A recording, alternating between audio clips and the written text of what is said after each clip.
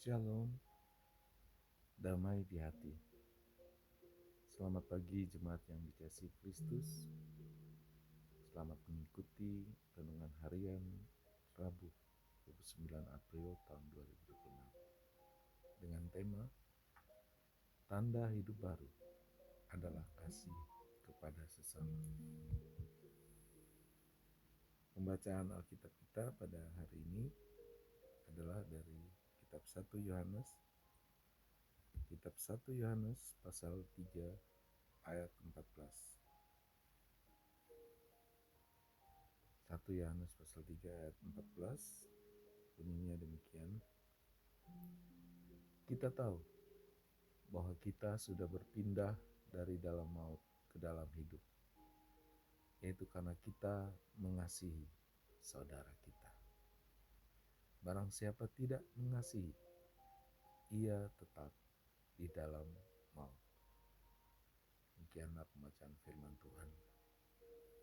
Saudaraku yang dikasihi Kristus, di dalam 1 Yohanes pasal 4 ayat 8 dikatakan, barang siapa tidak mengasihi, ia tidak mengenal Allah, sebab Allah adalah kasih. Saudaraku, Allah adalah kasih. Kasih adalah esensi Allah. Karena itu sangat penting, sehingga menjadi tanda yang paling esensial karya Roh Kudus yang dicurahkan di dalam hati kita, yaitu ketika kita mengasihi. Saat ini kita hidup di era digital, di mana semua orang bisa berkomentar, mengkritik atau menyebarkan opini dengan mudah melalui teknologi, melalui media sosial. Sayangnya, hal ini seringkali tidak disertai dengan kasih. Bahkan dalam kehidupan jemaat, perbedaan pendapat saja bisa memicu konflik yang panjang. Di tengah dunia yang semakin individualistis, makin dirasakan sulit untuk menemukan kasih yang benar-benar tulus. Karena orang sibuk mengejar pencapaian pribadi, mengejar ambisi atau kenyamanan hidup, sehingga lupa untuk mempraktekkan kasih dalam kehidupannya. Bahkan dalam keluarga pun, kasih bisa terkikis oleh kesibukan, salah paham, atau luka masa lalu. Jemaat yang diberkati Tuhan, firman Tuhan hari ini mengangkat tolak ukur yang sangat jelas bahwa mengasihi sesama adalah bukti orang percaya, dan bukti orang percaya telah berpindah dari kematian kepada hidup, yaitu hidup dalam kasih yang berbuah oleh Yesus Kristus. Kasih adalah bukti kehidupan baru di dalamnya. Bukan hanya perasaan, tetapi menjadi tanda lahirnya kehidupan rohani yang baru. Jika manusia benar-benar telah diselamatkan, maka bukti nyatanya adalah mengasihi. Bukan hanya kepada orang yang menyenangkan kita, tapi bahkan kepada mereka yang sulit kita kasihi.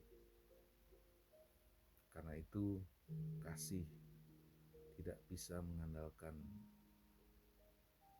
kemanusiaan kita. Kasih harus kita dasarkan kepada Kristus sendiri, pada Roh Kudus, kita tidak akan mampu melaksanakan kasih itu dari keberdosaan kemanusiaan kita. Tapi hanya oleh Roh Kudus, ketika kita menuruti tuntunan Roh Kudus untuk mengasihi, maka kita mampu mempraktekkan kasih itu dalam kehidupan kita. Mempraktekkan kasih bisa juga berarti menyalibkan manusia lama. Karena manusia lama kita ingin membenci seringkali. Seringkali manusia lama ingin kompetisi dan harus selalu menang terhadap orang lain. Padahal kasih justru bisa mengorbankan diri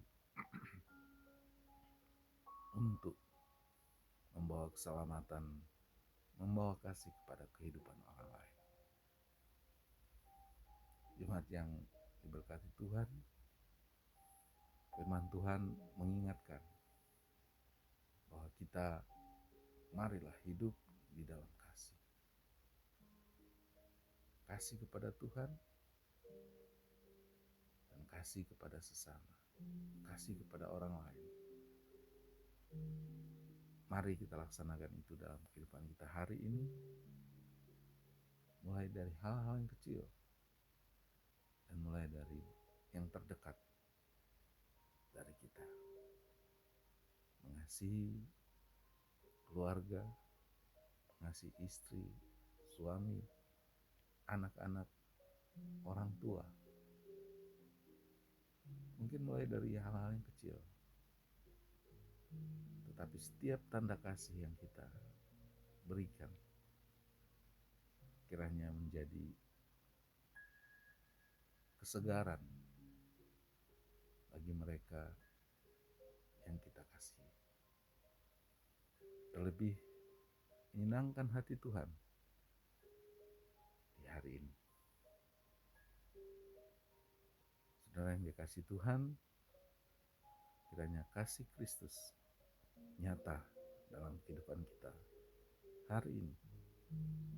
Di tengah pergumulan, di tengah tantangan, ataupun di tengah sukacita yang Tuhan berikan bagi kita di hari ini. Terpuji nama Tuhan. Amin. Mari kita berdoa. Terima kasih Tuhan Yesus untuk renungan harian pada hari ini. Tolong kami Tuhan untuk mau melaksanakan kehendak Tuhan hari ini, yaitu mempraktekkan kasih dalam kehidupan kami, mengasihi Engkau dan mengasihi sesama. Terima kasih Tuhan untuk sukacita damai sejahtera yang Tuhan berikan, dan pengharapan bahwa kami akan mempraktekkan, menyalurkan kasih yang kami terima dari-Mu dalam kehidupan kami hari ini. Mohon pimpinan perlindungan Tuhan untuk setiap kegiatan kami hari ini, perjalanan kami. Kiranya diberkati Tuhan. Terpuji nama-Mu Tuhan. Setiap anggota Jemaat Gembala Gelora Jakarta Selatan, kiranya dipimpin, dituntun, dilindungi turut dengan kehendak Tuhan. Terpuji nama-Mu Tuhan. Dalam nama-Mu Yesus kami berdoa. Amin.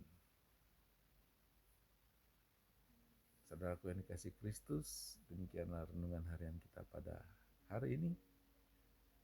Tuhan Yesus memberkati berlimpah. Shalom.